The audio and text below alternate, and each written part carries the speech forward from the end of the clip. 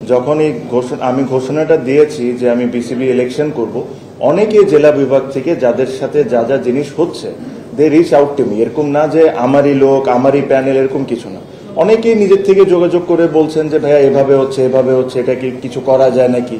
যে চিঠিটা বুলবুল ভাই সাইন করেছেন ওখানে এত ভুল আর এত জিনিস ওখানে এগেনস্ট দ্য ল আছে, এটা কিন্তু একটা প্ল্যানও হইতে পারে, আমি অস্বীকার করছি না। বিকজ ওই চিঠি দিয়ে কিন্তু যে কোনো মানুষই রিড করবে, রিড করবেন, রিড করলে ইলেকশন পোস্টপন্ড হয়ে যাবে, ওনারা একটা অ্যাডহক কমিটি বানিয়ে নিতে পারেন, এভরি পসিবিলিটি। আমি এটাকে কোনোভাবেই জিনিসটা দেখতে চাচ্ছি না।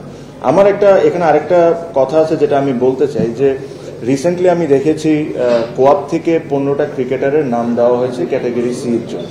ওখানে কোয়াপকে রিপ্লাই করা হয়েছিল বাই দ্য বিসিবি প্রেসিডেন্ট যে গঠনতন্ত্রতে এরকম কোনো কথা লেখা নেই, এটা 5 জন বিসিবি প্রেসিডেন্ট দিবেন, 10 জন ক্রিকেট বোর্ড ডিসাইড করবেন যে কোন 15 জন ক্রিকেটার কাউন্সিলর হবে।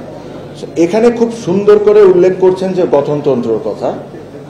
ওনার চিঠিতে গঠনতন্ত্রের এগেনস্টে যা যখন চিঠি দিচ্ছেন, যেটা আপনার জেলা বিভাগে যাচ্ছে, সো জিনিসটা তো এমন হয়ে যাচ্ছে যে যেটা আমার জন্য রাইট ওটার জন্য গঠনতন্ত্র ঠিক, যেটা আমার জন্য রং ওটার জন্য গঠনতন্ত্র wrong. So that is not fair.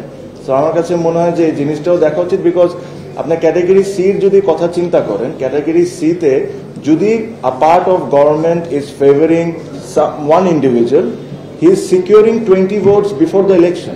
15টা player নিজের ইচ্ছা নাম দিবেন, 5টা এনএসসির ভোট নিজের ইচ্ছায় দিয়ে দিতে পারবেন।